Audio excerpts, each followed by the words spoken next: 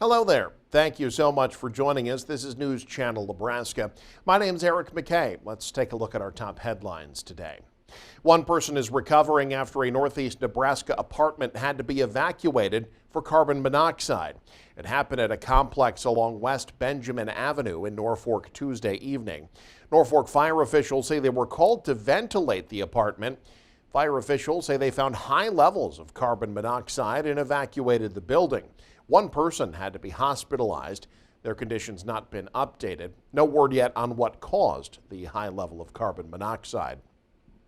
Election officials in the capital city scrambling after a polling location was damaged by fire.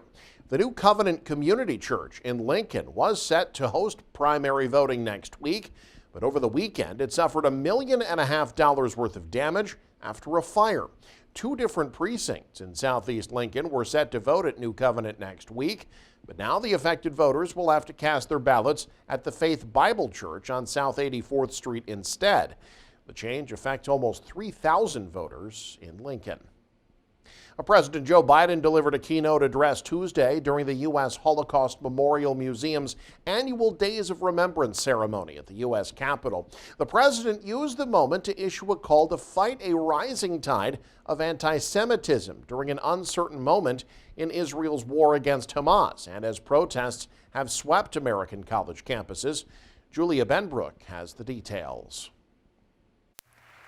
President Joe Biden issuing a call to action to combat anti-Semitism at a Holocaust remembrance ceremony on Tuesday. We have an obligation to learn the lessons of history so we don't surrender our future to the horrors of the past. We must give hate no safe harbor against anyone. In the 7 months since the Israel-Hamas war began, both anti-Semitic and Islamophobic incidents in the U.S. have significantly increased. Too many people denying, downplaying, rationalizing, ignoring the horrors of the Holocaust. On October 7th, Biden's speech is a continuation of the White House's strong condemnation of anti-Semitism throughout the conflict, but takes place in the context of a dire humanitarian situation in Gaza and increasingly vocal protest at home, illustrating the complexity of the war. Biden spoke in support of free speech, but spoke out against any violent protest. Police have arrested more than 2,000 people on college and university campuses since April 18th. Violent attacks, destroying property, is not peaceful protest. It's against the law. And we are not a lawless country. At the White House on Monday, the second gentleman, Doug Imhoff, who is the first Jewish spouse of a president or vice president, hosted a small group of college students who are the grandchildren of Holocaust survivors. The group participated in a roundtable. Reporting at the White House, I'm Julia Benbrook. TikTok is pushing back against a law that could ban the app in the U.S.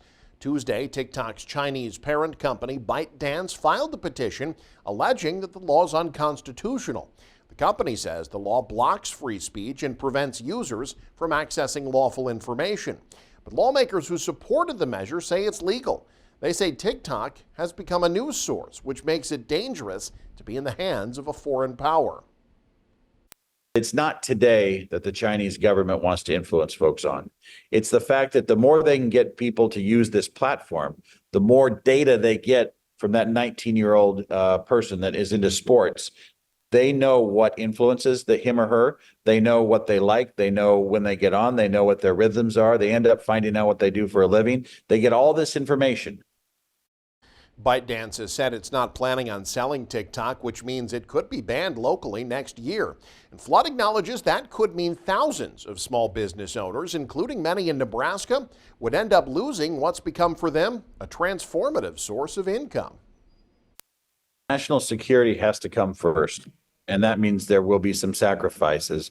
I'm confident that TikTok is going to get spun off into another company that's going to be either owned by a U.S. company or one of our allies. And that, at the end of the day, is the goal. Under the law signed by President Joe Biden last month, ByteDance has until January of next year to divest its ownership of TikTok. Mike Flood is the founder and an owner of Flood Communications and News Channel Nebraska. Well, tax increment financing, it's been a controversial topic in Norfolk of late, but a 7-figure TIF deal got little pushback this week. Andrew Pfeiffer has more. The Norfolk Community Development Agency held a large but rather brief discussion on Monday night about a tax increment funding project. With no immediate discussion, the board moved to a vote and ultimately adopted the resolution. Phase 2 of the Sunset Plaza Mall project is now ready to begin. The bond will not exceed its $3.5 million cap. If the resolution hadn't been approved, it would have been as low as $2.17 million. The bond also sits with a 76% interest. While we've seen recent pushback in regards to TIF projects, there was none from the community as of Monday night. Phase 2 is set to begin for the Sunset Plaza Mall. Reporting in Norfolk, Andrew Pfeiffer, News Channel Nebraska. One of the most popular tourist attractions in north central Nebraska, planning an expansion. Casey Wannenberg takes us to Merritt Reservoir, south of Valentine. Our entrance road is going to start kind of like right here in the middle. This will be the location of 21 new electric campsites at Merritt Reservoir near Valentine, As well as a shower house. increasing the total number to 170 sites. We do get really full, so hopefully this will help combat that a little bit. The right side of the road. Leo Kalhoff is the park superintendent at Merritt Reservoir State Recreation Area. He says the park has seen a steady increase in campers, especially since the pandemic. Yeah, I've talked to people from all over the United States that come here. I've talked to some people that are traveling down to South America, actually, that have stopped at Merritt. It's a true story. Well, we have things you might need from the lake.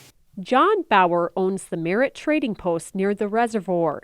He's also noticed the spike in visitors. It's kind of a remote area and yet sort of the crossroads of the Sandhills, too. In addition to camping, fishing, and boating, visitors can also hunt or even take part in the large Nebraska Star Party. We see people from many, many states during the Nebraska Star Party, even some international visitors. Visitors who will soon have more options Essentially straight. thanks to this campground expansion. Might be late fall by the time we get it open, but it's going to be a great addition for the park. South of Valentine, Casey Wannenberg, News Channel, Nebraska. Southeast Nebraska is home to a very unique type of animal rescue site. Jake Bartecki has more. Just east of Highway 77 in Gage County in southeast Nebraska sits one of just 3 goat rescues in the United States of America. Jen Sherman started Shepherd's Rest Goat Rescue to give goats like these behind me a good life. Really is no place for goats and sheep whose owners can no longer take care of them to go aside from the sale barn. And for that reason, 7 years ago, Sherman opened her doors near Pickerel. In 2017, Shepherd Rest began with 8 animals. Fast forward to 2024, they're up to 93. Sherman says they take in goats and sheep who have been raised as pets, and the goal is survival and a good life. You can't take a goat that's been raised as a pet and put it in with a commercial herd. It simply won't survive. It doesn't have the immunity, it doesn't have the instincts, doesn't know how the herd operates. So that's really where we fall in. Shepherd's Rest is run by Sherman as well as about 15 volunteers. One of the biggest issues facing Shepherd's Rest is funding, as Sherman pays for much out of pocket. I am doing the primary funding with the wages that I earn from my full-time job because we just need donations so badly. Last year, Shepherd's Rest was a Nebraska passport destination, and Sherman hopes one of the future steps is to have a new building, as they have 27 goats on a waiting list, but also a building that could offer visitors more experiences. One way that we can keep our revenue solid is to be able to build a building where we have handicapped accessibility, where we can have classes for kids, teaching them about animals, animal husbandry, kindness, and where we can also be able to have a proper adoption center and place to do goat yoga. In Pickerel, Jake Bartecki, News Channel, Nebraska. In sports, News Channel Nebraska is again televising the finals of the Nebraska State Track and Field Meet. But before we get to state, We've got to figure out which athletes are going to be competing. Michael Shively checks in from one of the Class A district meets.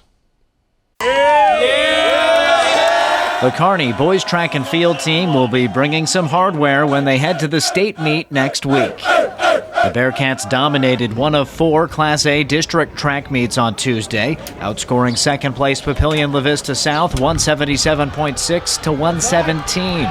On the track, Zaire LeGrone Miller was the star. He finished second in the 100 and won the 200-meter dash with a time of 21.91. That's been my goal all year, breaking 22.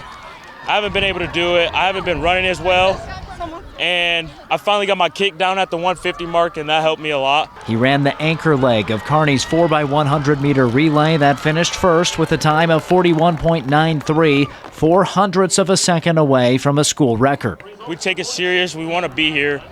We don't mess around when it's time to 4x1. Like, it doesn't matter how tired we are, how sore we might be, but when that 4x1's rolling around, we're ready.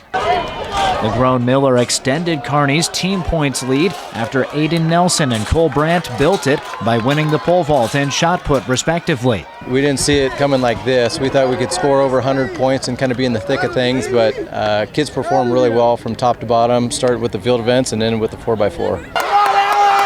The Bearcats finished by taking first in the final event, the 4x400-meter relay. We just have a lot of upperclassmen that have really bought into it the last 3 to 4 years, and those guys kind of show those younger guys how to do things, and it's been that way here for 30, 40 years, but I'm just really proud of the guys, the way they competed here today. Bearcats on 3, 1, 2, 3, Bearcats! In Kearney, Michael Shively, News Channel, Nebraska.